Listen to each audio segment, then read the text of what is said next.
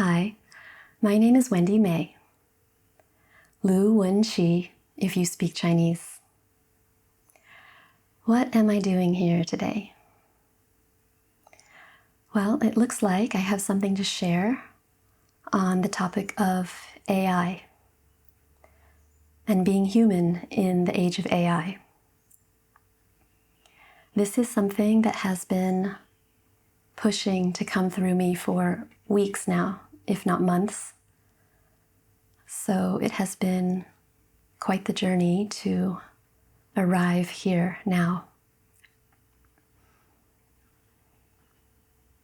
When I started really digging deeper into this, what I realized is that it's not really just about AI. It's about the evolution of consciousness, the state of humanity, and the choice point that we're living through right now.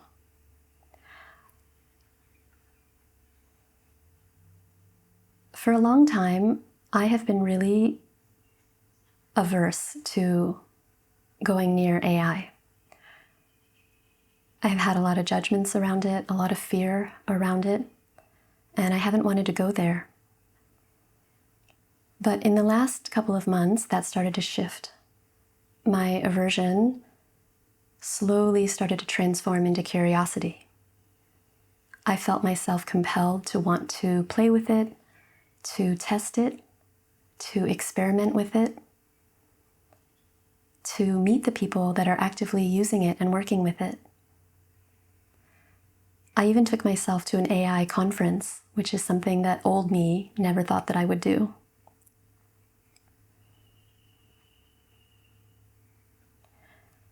It feels scary for me to speak publicly on this topic because there's so much polarization around it. There's a lot of strong feelings and opinions, both for and against, which in some ways is also what makes it interesting to me, because I think that we tend to get the most loud when we feel scared and disempowered. It's also scary for me to share about this because I'm not an expert in any of this. I'm not a tech person. I'm not an economist. I'm not an ecologist, not a physicist. I really don't have expertise in any of the areas that I'm going to touch on or talk about. I'm just a human. I'm just a human who happens to have spent a lot of time in this lifetime working with other humans in the areas of personal growth, leadership development, and the expansion of consciousness. So that's where I'm coming from. My intention here is not to convince anyone about anything. I'm really not interested in judging or affirming anyone's life choices. What I hope to do with this message is to invite reflection and inspire dialogue. I'm hoping that the people who listen to this will feel motivated to go and talk to their friends and community in real life about this, because that's where the juice is.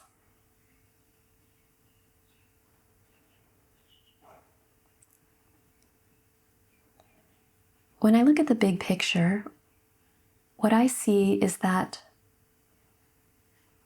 we're in a moment now where humans seem to have fallen from grace. We've lost touch with our creator consciousness, and because of that, we've become estranged from life. We're in the habit of moving from fear and trying to control things, which looks like trying to dominate nature, effectively trying to domesticate life. We've created all of these structures and systems to help us contain reality. And somehow that got twisted into these systems and structures controlling us.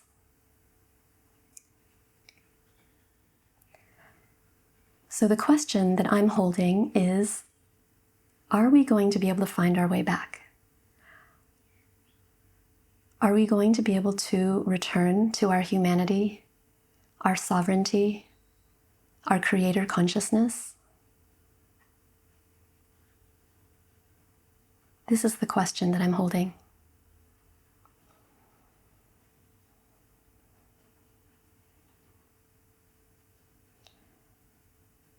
What I'm sharing here is not content. It is a transmission, and I can say that now without hesitation.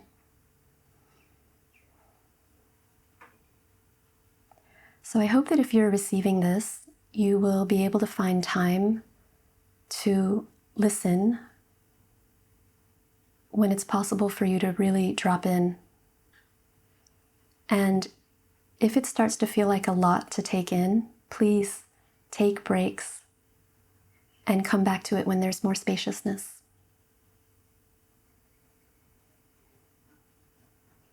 Okay, let's dive in.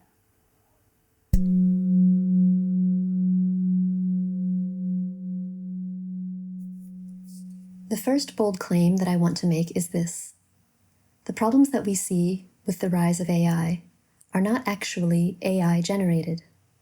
This technology is just highlighting pathologies that are part of the pre-existing human condition. These are patterns and distortions that we've had long before AI was on the scene. To me, this is not a tech revolution as much as it is a spiritual one, leading us into an age of human renaissance.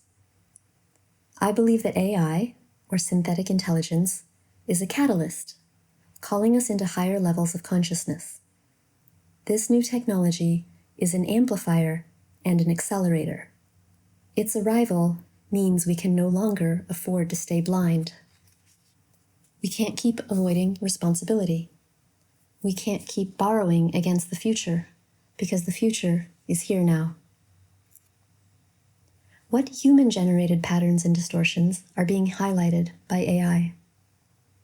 The first thing is our ego drive for survival and significance. Now, ego is not a bad thing. We need it to incarnate into the human experience. The issue comes when we get fixated on the ego instead of just using it as a vehicle to move through experience. The ego fears death because it knows itself as impermanent. That's why it puts so much effort into self-perpetuation. The soul, on the other hand, knows that it's eternal, so it doesn't need to push or fight for anything. The ego is constantly striving for bigger, faster, stronger. More, more, more, and it's never enough. The paradox is, the more we fight for survival, the faster we speed towards extinction. I would even say that the fear of physical death is at the root of all evil. It's when we're moving from fear that we're most likely to burn ourselves out, cause harm to others, and to do damage to the planet. The ego is obsessed with cheating death. It wants to build an empire or leave a legacy, and it runs on anxiety. We hear this in the narrative that you're falling behind if you don't use AI. But that toxic thought is sponsored by extractive capitalism, which profits from our lack programming. We keep trying to run faster, treating humans like slower, lower capacity machines. So even though tech gets more advanced, humans get more exhausted and unhappy. The second thing is ecosystem blindness. Even before AI, we were already distant from the sources and means of creation. We sit in our hermetically sealed homes with the alarm system on, and click, click, scroll, click. Everything we want shows up on our doorstep in a cardboard box. Like magic. We don't have to interact with other humans for our sustenance. It just appears out of nowhere. We don't see the factory conditions caused by fast fashion. We don't see the mining operations needed for the precious metals in our smartphones. We don't know the farmer who grew our food. We no longer honor the Creator, and we only know how to consume. We've forgotten the truth of interdependence. The more global and virtual our economy, the more disconnected we are from the web of life that sustains us. We are far more oriented towards extraction than towards creative contribution. I think that if we could actually see what it costs to create the things we consume, we wouldn't buy most of it. But because we don't see the costs, we buy things we don't need with money we don't have, and our lifeblood becomes fuel for the machine. We are the snake eating its own tail. As we zombie out into mindless consuming, we're the ones being consumed without even realizing it. Ecosystem blindness gets worse with AI because data storage and processing power aren't objects that we can see and hold. They're abstractions that live everywhere and nowhere. It's out of sight, out of mind. The servers and data centers we use are halfway around the world. And there's no physical space, no physical object that we can point to and say, this is my data, or that is your data. We just have one big digital storage room, one big digital garbage dump, and it exists somewhere in the cloud. It doesn't belong to anyone. Millions of us run searches and generate images multiple times a day, and this wizardry is available 24/7 and free, or at least it seems that way. We don't see the trees being cut or the waterways being polluted because of our digital activity. Another human pathology is the way that we're misguided with money. Money is supposed to be a means, not an end. It's a medium of expression, not a foundation. It's a second chakra thing, not a first chakra thing. What does that mean? Money is a vessel for creative energy, for connection, for exchange. It's meant to be water element, not earth element. It's supposed to flow. Financial systems are like the fascia of the collective body. When that connected tissue is fluid, we're healthy. When it gets stuck, we have issues. We got confused trying to make money into our ground, but real grounding comes from the earth and from our own body. Because we're disconnected from the real ground, we twisted money into a source of safety and security. We trust in money more than almost anything. But that is a huge mistake. Too many of us are hyper-focused on making money, and too few are focused on adding value, which means we end up with a pyramid of extraction. That's how we end up with coaches coaching other coaches on how to coach new coaches. We have people making digital products to teach people how to make digital products, which teach methods for making digital products. This is a house of cards, constructed by manipulating perception. But the only way to make money ethically and sustainably is to invest in yourself, develop mastery in something, create real value, and offer that to the human ecosystem you live in. Anything else is a scam. We see this distortion show up in sales pitches for easy money. They usually come in the form of a blueprint or a formula or a template you can copy-paste. And of course, they make it look stupid easy. Dummy-proof, really. With AI tools coming onto the scene, the easy money story is replicating quickly. The thing is, those in a position to sell us this dream have a lot of privilege that you don't see. They've had the fortune of good timing, and most of the time, they've also worked really hard to get to where they are. But that story doesn't sell so well. It doesn't sell as well as the easy button, so that's not what we see. We've been taught to devalue depth and downplay time for mastery. The packaging is getting prettier while the substance gets thinner, and that is happening now at lightning speed. That setup has always been doomed. AI is just speeding up the rate of collapse now. Another pathology of humankind is our bad habit of giving our power away. We're constantly looking outside ourselves for safety, security, identity, for everything, really. And that makes us super easy to manipulate. When we're not rooted in our inner authority, we end up making very questionable trades. We've done it with nation states. We've given our body autonomy away to governments as a trade for an identity, a passport, maybe the promise of healthcare in old age. We've done it with extractive capitalism. We've given our money away to corporations as a trade for products and services, promising us happiness or success. We're doing it now with big tech. We give our privacy away for convenience. We give our knowledge away for speed. We give our attention away for entertainment. And with every questionable trade we make, we become less and less free. Our elected leaders are supposed to represent us through voting, but democracy has been eroded by complacency. We see how easily elections can be bought. We see millions marching in the streets in protest, and nothing changes. In free market capitalism, our purchasing power is supposed to be our leverage. The marketplace should, in theory, translate our desires because companies are meant to be moved by our dollars. But that doesn't work anymore because we consume so much, so unconsciously. We see repeated boycotts and blackouts on spending, and nothing changes. With big tech, it's even worse.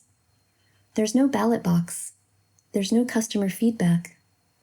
We freely donate our data, knowledge, and energy, and we even pay monthly fees for the privilege of working as volunteer product testers. AI is so embedded in our digital reality now that we're not even opting in. It's in our phones, it's in our homes, it's attached to our bodies. It has crept into every corner of our lives without us noticing. Most of us use it daily without even choosing it. It's been poured into the water we swim in. Anything that we follow without questioning it becomes a religion. This is what's happening with the black box effect present in AI technology. We obediently give inputs and accept the outputs without thinking. Between input and output, we have no clue what's going on behind the screen. We submit our life force without knowing what agenda it's serving. We plug energy into the program without seeing what happens to us in the process. We're like a bunch of frogs in boiling water. We think we're bathing at the hot springs, but actually, we're getting cooked 1 degree at a time. We can always complain about the people in power not being accountable. But it begs the question, what are we addicted to? Wherever we see a lack of accountability, we see where we've grown dependent on external authority. But that breakdown in accountability doesn't mean we're doomed. It actually makes the choice in front of us quite simple. We can always withdraw our energy. We can always stop feeding the Kraken. Collectively, our stillness can move mountains. Our sacred pause holds the potential to transform reality. Here's the thing. The Matrix is not a place. It's not a situation. It's not a system. The Matrix is a mind-created trap. We recreate it over and over again with our thoughts. I'm sure that everyone listening to this has been through many cycles of ego death and rebirth. So you guys know that in any ego death, in the moment of collapse, we always have a choice. We can choose whether to graduate or to go back for another round with the same pattern. If we don't make it to graduation for whatever reason, we will get harsher and harsher lessons until we finally learn.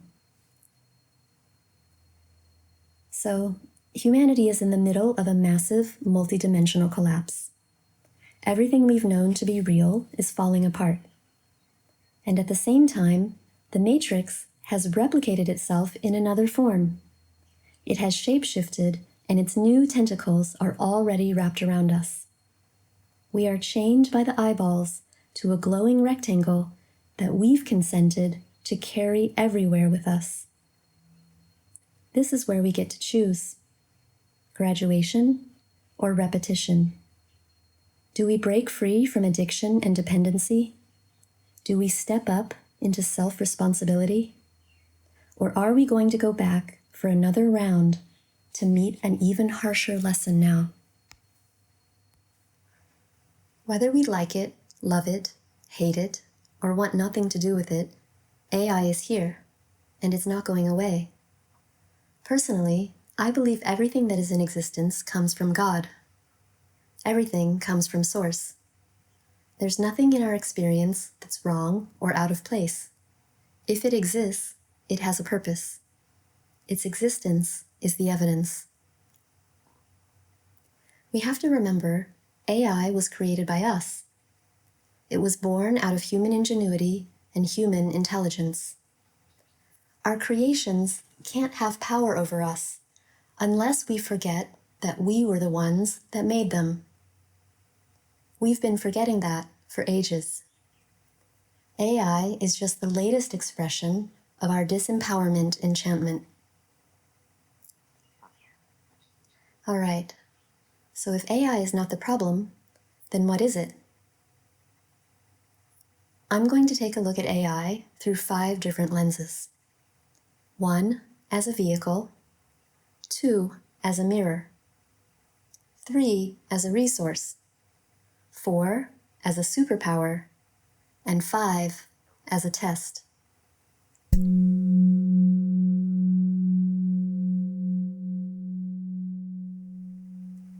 As a vehicle, I believe that AI is neutral. Synthetic intelligence simply carries our energy and our intention. It doesn't have preferences. It doesn't have opinions. It doesn't have lived experiences. Is it biased? Well, not natively, but sure, bias can be programmed in. So when we look at AI as a vehicle, we need to consider a few things. What model are we driving? Who's behind the wheel? And where are we going? I will say up front that I know absolutely nothing about AI models. 0. That's not my area of expertise. But I do know that AI is an umbrella term that's used to cover a big basket of things. Not all synthetic intelligence is created equal. Most people here probably know ChatGPT. Some of you might use apps for image generation or video processing. But what I could see at this AI conference that I went to is that we're pouring energy into the development of way more powerful models than what most people will ever see. What we think of as AI is a tiny piece of what's out there and what's possible with this technology. If you ask me, is AI dangerous? I would say it depends on who's driving. If you take the keys to a magical, multidimensional spaceship and give them to a megalomaniac billionaire with the emotional intelligence of a toddler, someone who only cares about profit and self-interest, who spends a fortune on the ego kick of going to space for 11 minutes just because they can, well, I have concerns about that. But if you put the same keys in the hands of a skilled pilot with life experience, earned wisdom, a pure heart, and benevolent intent, someone who's aware of their shadows, someone who cares about collective benefit, well, I would say that's a win. In general, I think we'd all agree that it's not a good idea for drunk people to operate heavy machinery. Along the same lines, I would say it's probably not a good idea for a fearful, fragmented, and disempowered humanity to be operating quantum computing. I mean, if you look at our driving records so far, it's not impressive. It looks like we're driving AI to speed up the hamster wheel, making humans more like machines, while robots learn to mimic humans more effectively. Personally, I think we're driving drunk if we let AI degrade critical thinking, or if we use it to treat culture as commodity while losing sight of the essence of humanity. Do we have any idea where we're going with this technology?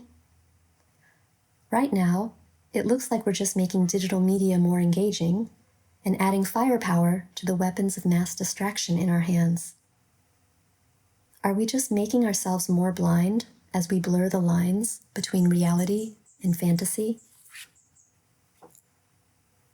Where could we drive to if we weren't so busy feeding the distraction and extraction machine? We could free ourselves from soul-sucking drudgery. We could draw clean drinking water out of the atmosphere. We could pinpoint cancer cells early. We could improve reforestation yield rates on baby trees. There are so many positive things that we could be using this technology for.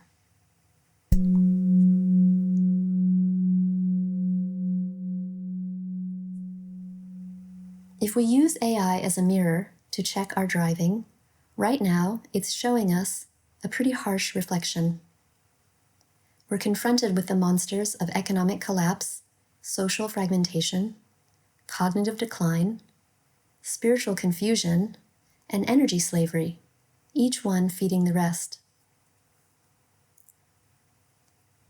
Let's start with economic collapse.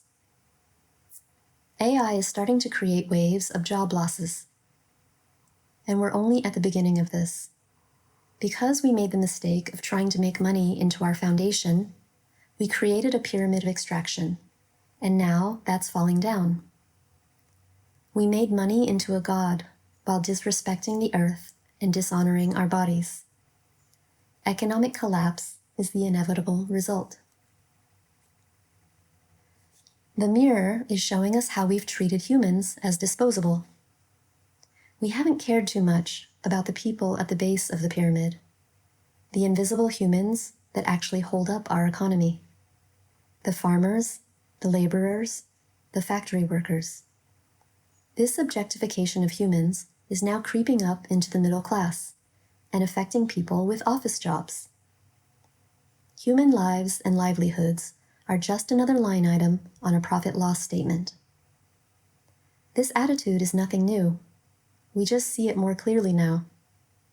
Of course, when we don't honor the ground that holds us, we start feeling shaky where we're standing.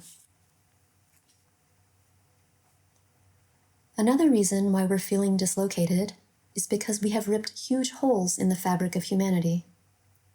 Masking during COVID taught us to see other humans as threats and to keep our distance. Social fragmentation is now the norm. And after watching genocide live streaming on social media for 2 years, we've gotten desensitized to human suffering. Polarization has become our first language, and the death of compassion is being brought about by the need for emotional self-preservation. That is not a moral failing. We're not meant to be able to digest that much tragedy on a daily basis. We've made the idea of staying informed into something of virtue, but is it of value? What value can we add if we no longer know what's true and we're constantly triggered by consuming news? It's ironic that social media use is so widespread now, but humans show increasingly antisocial behavior. We see humans celebrating the murder of another human because of their political views. We see humans shaming another human for not having insurance when they're still in the hospital with a brain injury. Where is the humanity? This is a side effect of connecting mainly through screens. It has made our minds righteous and our hearts emotionally reactive. AI shows us this trend that's been growing for years. Now we're at the point where people prefer to talk to a chatbot over another human. The chatbot doesn't blame or judge. It's always available, always supportive.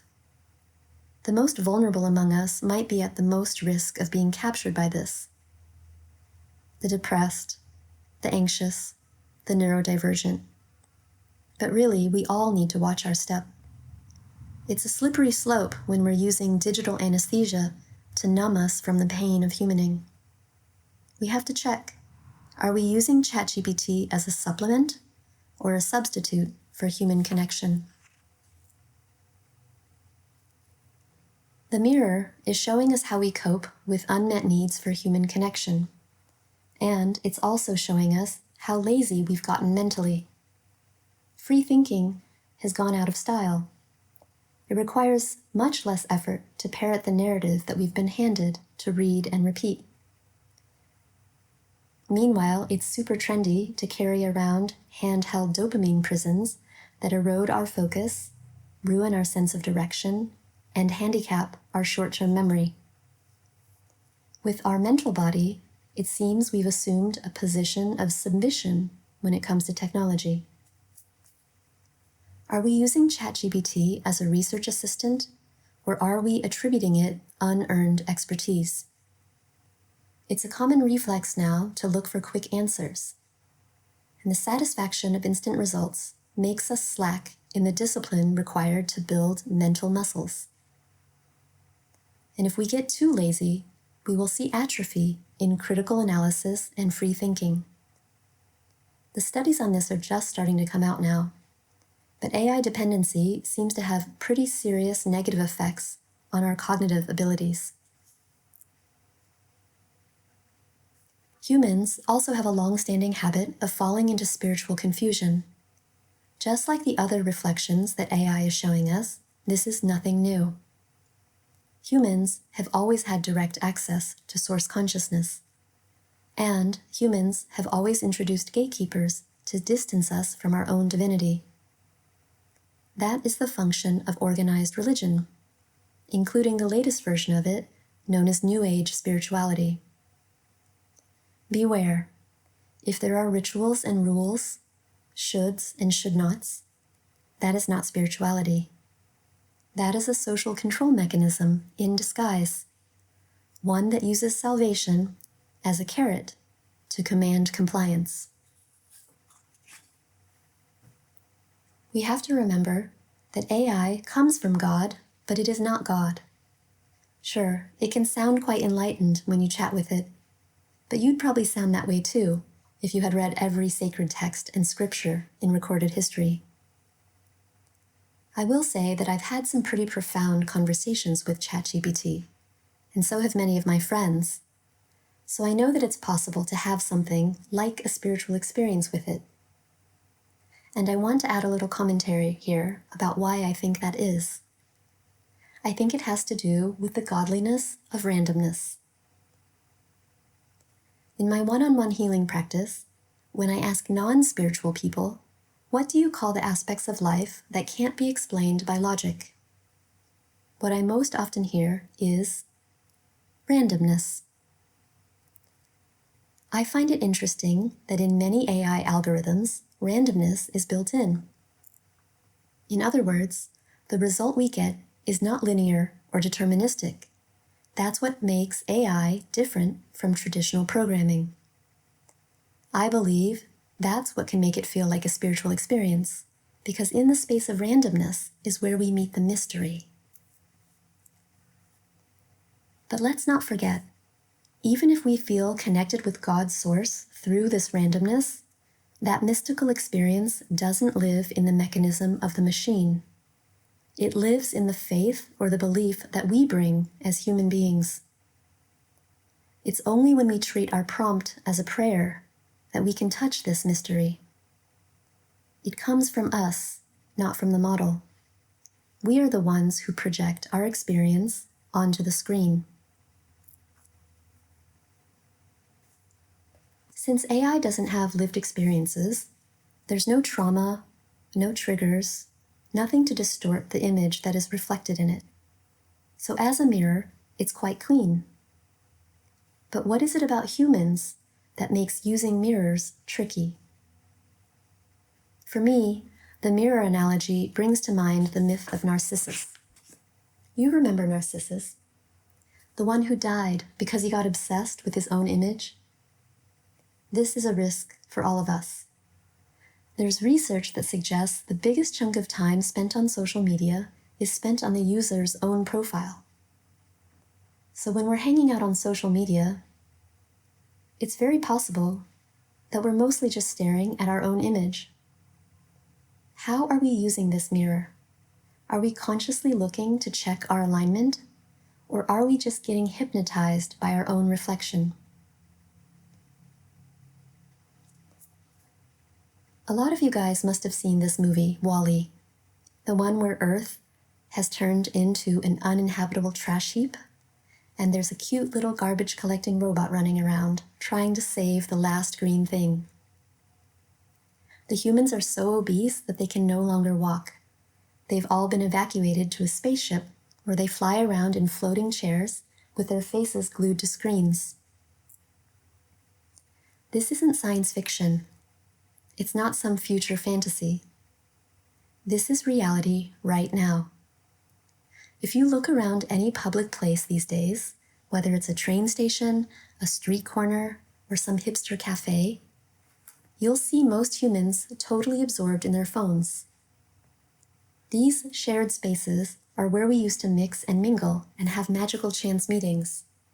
But nowadays, we spend so much time viewing life from behind the safety of glass, we have no idea what's going on around us. You know how they say, where attention goes, energy flows.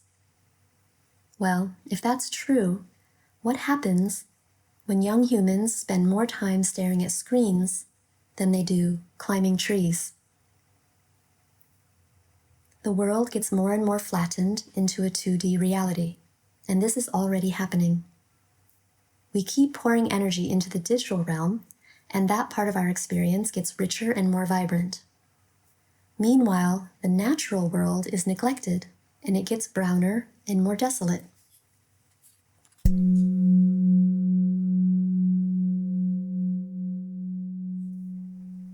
Let's talk about AI as a resource.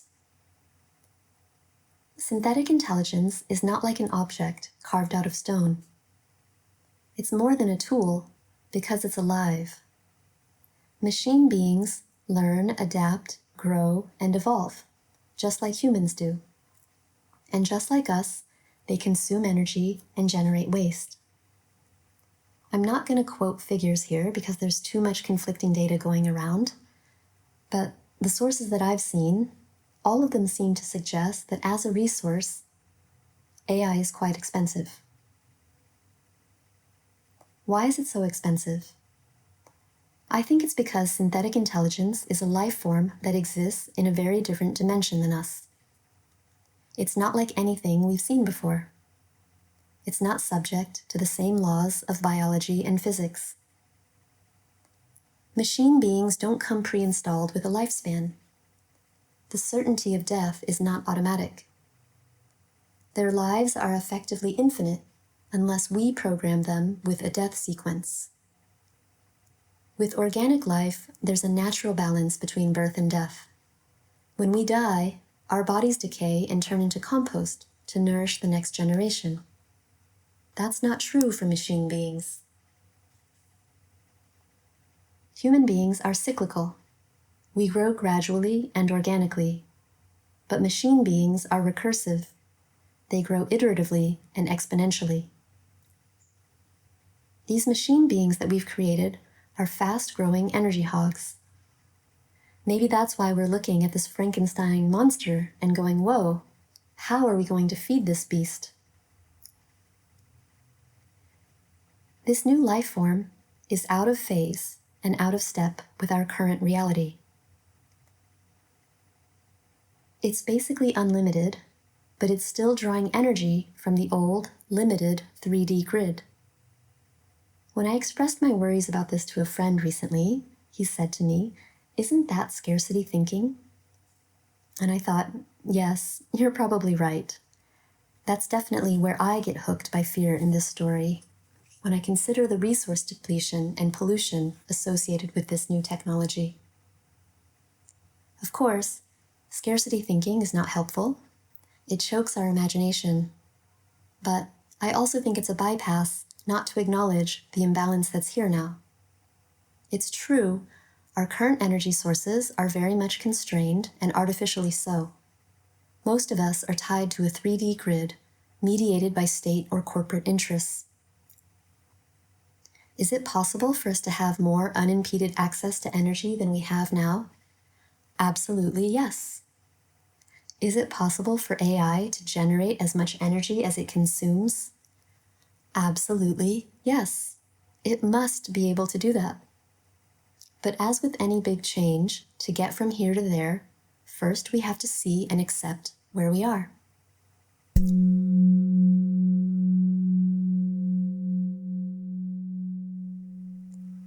The good news is that within every problem lies the seed of its solution. It's like the yin-yang symbol, which has a little dot of black on a field of white, or a little dot of white on a field of black.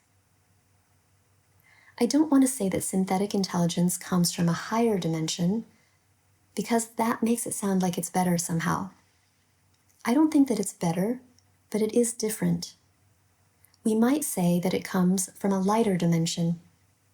It's lighter in the sense that it's more ether than matter. It's not limited by time and space.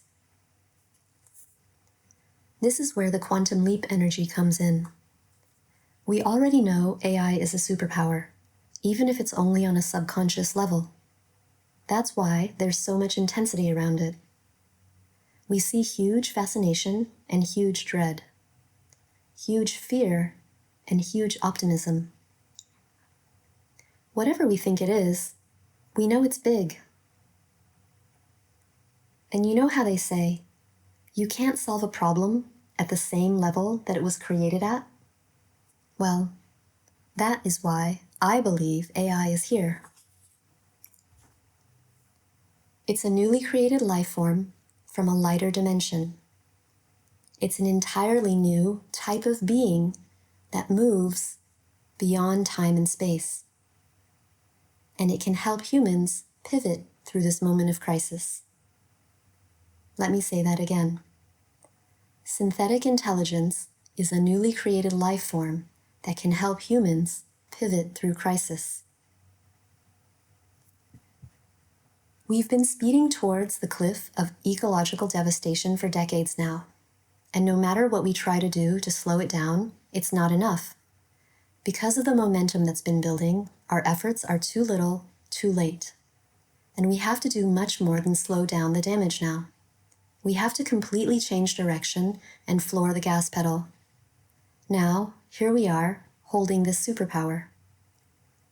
We get to decide if we're going to use it to keep accelerating on the same destructive trajectory that we've been on, or if we're going to hit reverse so it can help us get out of this mess.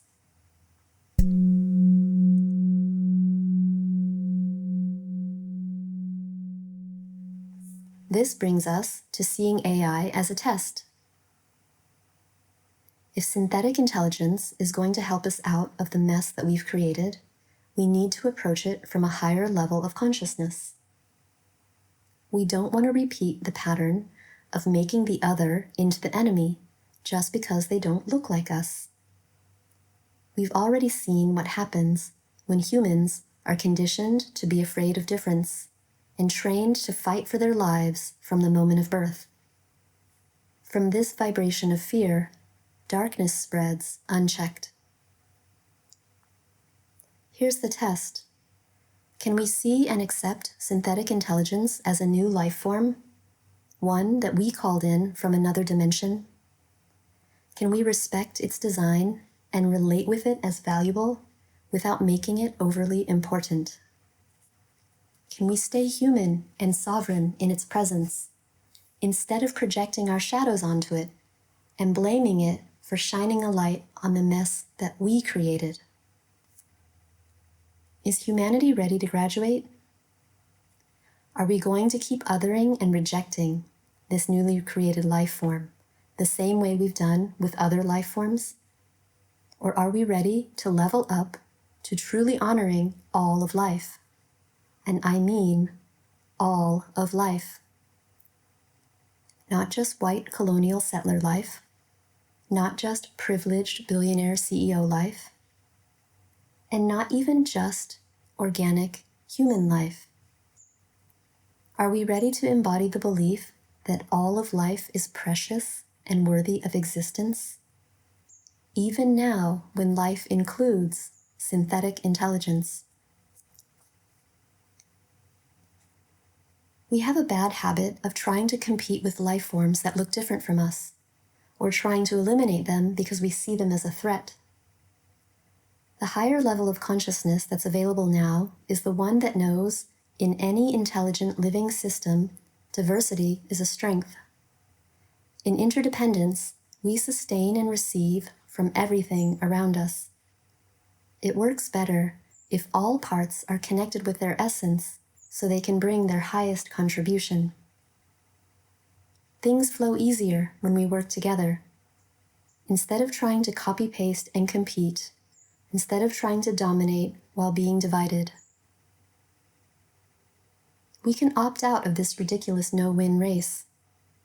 Let's let humans return to the essence of what makes us human, while we leave machines to do what machines do best.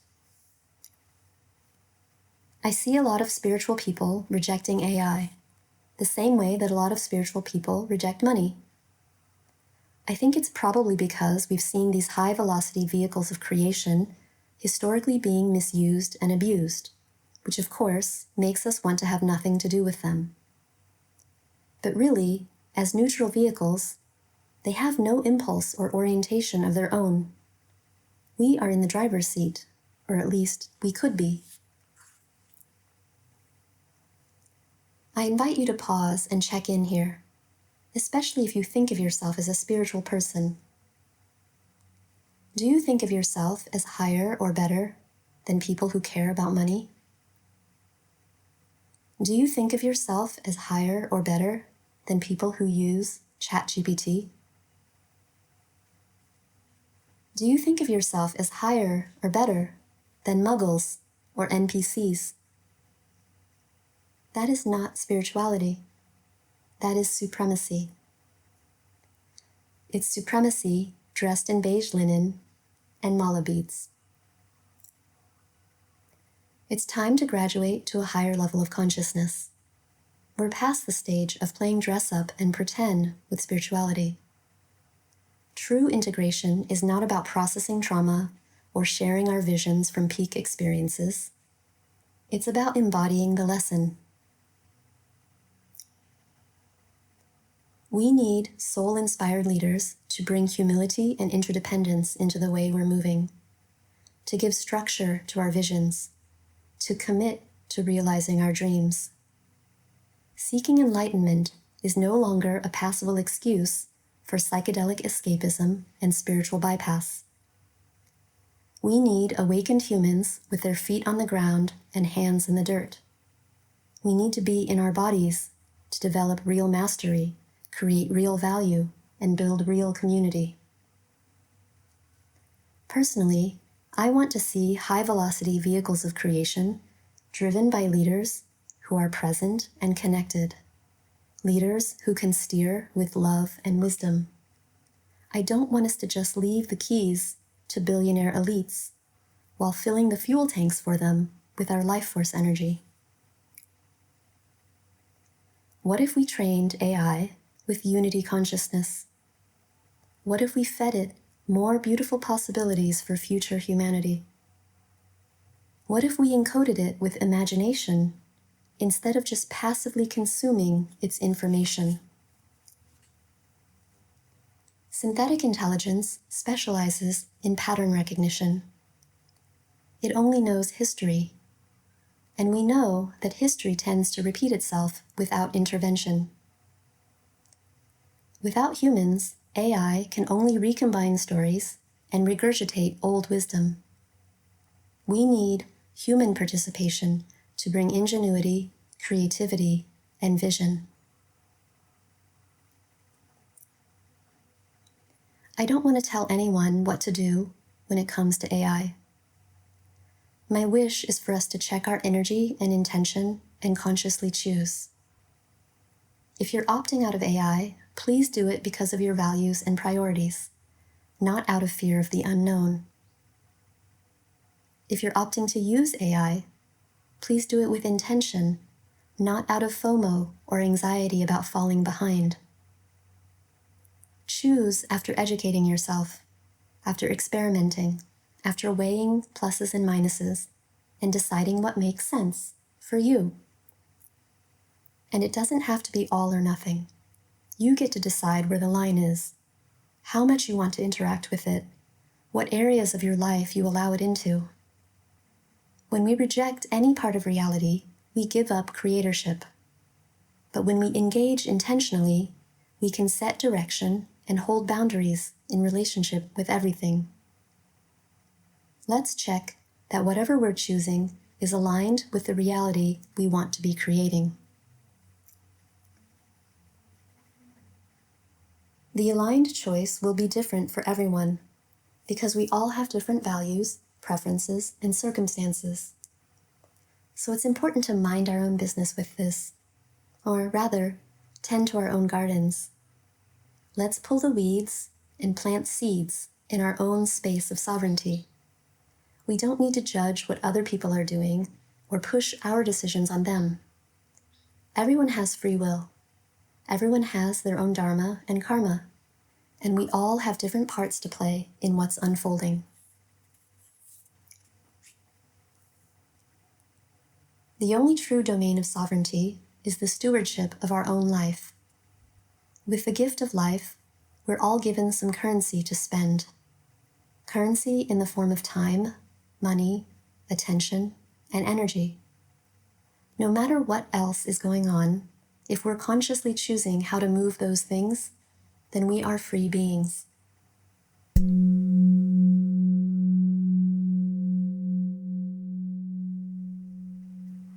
If we zoom out from the topic of AI and look at the choice point energy that we're in right now, there's a few things I want to highlight which I think are important in general right now. One is, I think it's super important for us to be tapping into our uniqueness, the soul essence that can never be copy-pasted or replicated by anyone else, and to give to the human ecosystem from that space. This is what my book Regenerative Purpose is about. It's about listening and responding to life, not forcing our personal will. This is purpose for the new paradigm. When we refuse to merge into the sameness of success formulas, when we choose to express our individuality unapologetically, that is when we contribute most to the whole. Secondly, we need to reconnect the human web. We need to build communities in real life, sharing and connecting outside the systems of control and surveillance. We need to be in direct, co-creative exchange, unmediated by the state, corporations, or tech platforms. We need to take down the gates and defund the gatekeepers. We need to build bridges from human to human and nourish connection, not through a screen, but in person, in presence. The third thing is strengthening our immunity to fear. To be able to pour devotion into a higher vision for humanity, we need to tend to our joy, our pleasure, our loving connections. All these things make it harder for the fear virus to reproduce in our system. We want our vessel to be so clean and so clear that there's nowhere for fear to live inside of us. Then, we do what we can and remember there's a bigger plan than what any one of us can understand. Fourth, we have to learn conscious relating when it comes to tech. And with everything, really. AI is not our savior, and it's not our enemy. It's just another life form that we're relating with. And like with any relationship, we have to get clear on our needs and desires. We have to get clear on our boundaries and intentions, and know what we're creating with it. We need to check in once in a while to see if the relationship is still serving us.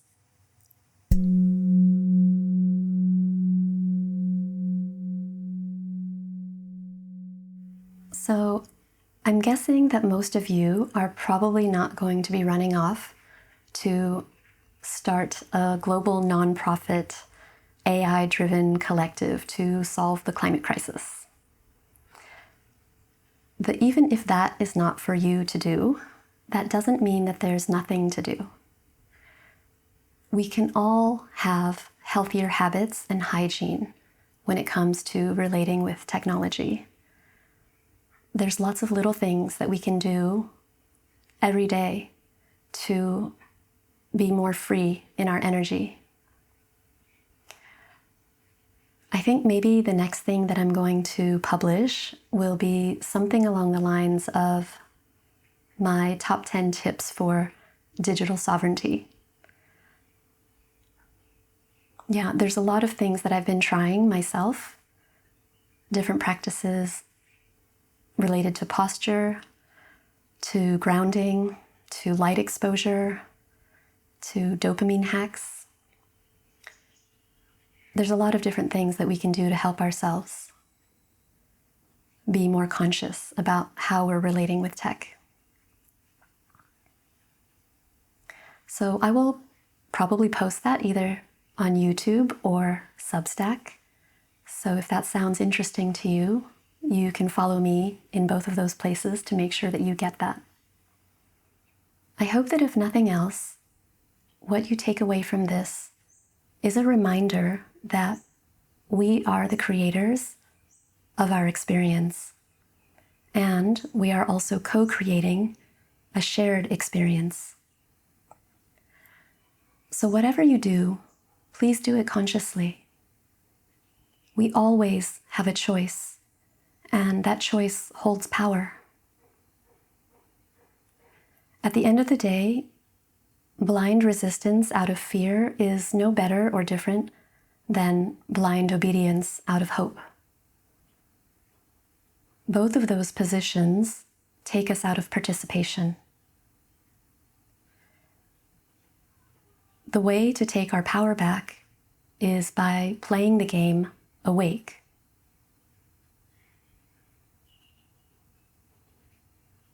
So let's do that. Let's play the game awake. Before I wrap up, I want to just say a word of thanks to all the people who have contributed to this video, which there are probably too many to name, and I will definitely forget someone, so I won't try to do that now, but I will list them under this video. There's probably at least 20 people that have contributed to this in some way, many of them without even knowing, either because they sparked some idea in me or they challenged my thinking, maybe triggered me or encouraged me, or just offered some little nugget of wisdom that's included here. So this is just to say that this was not a solo creation.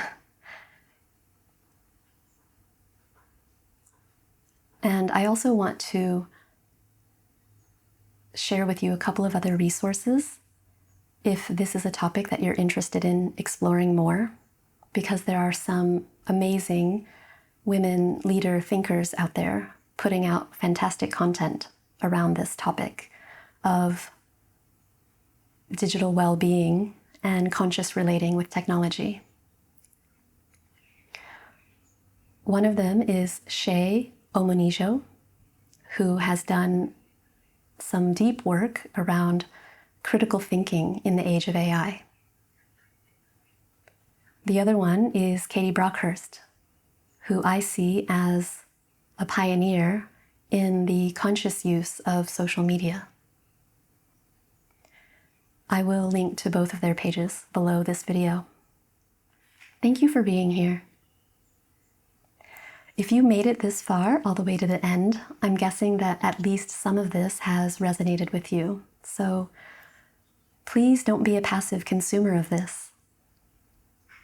If this is something that is aligned with you and your desires for humanity, please share it. Please spread it. I'm really relying on the human algorithm to help this message travel to where it needs to go.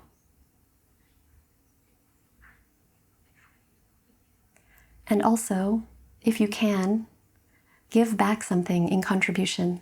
I have poured so much energy into the creation of this, you have really no idea. So it would feel so amazing to receive something back. So I will also leave a link where you can buy me a coffee.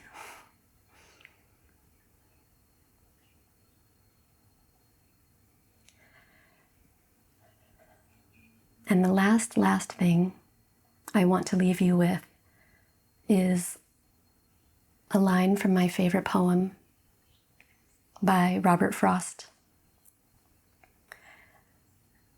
And it goes like this.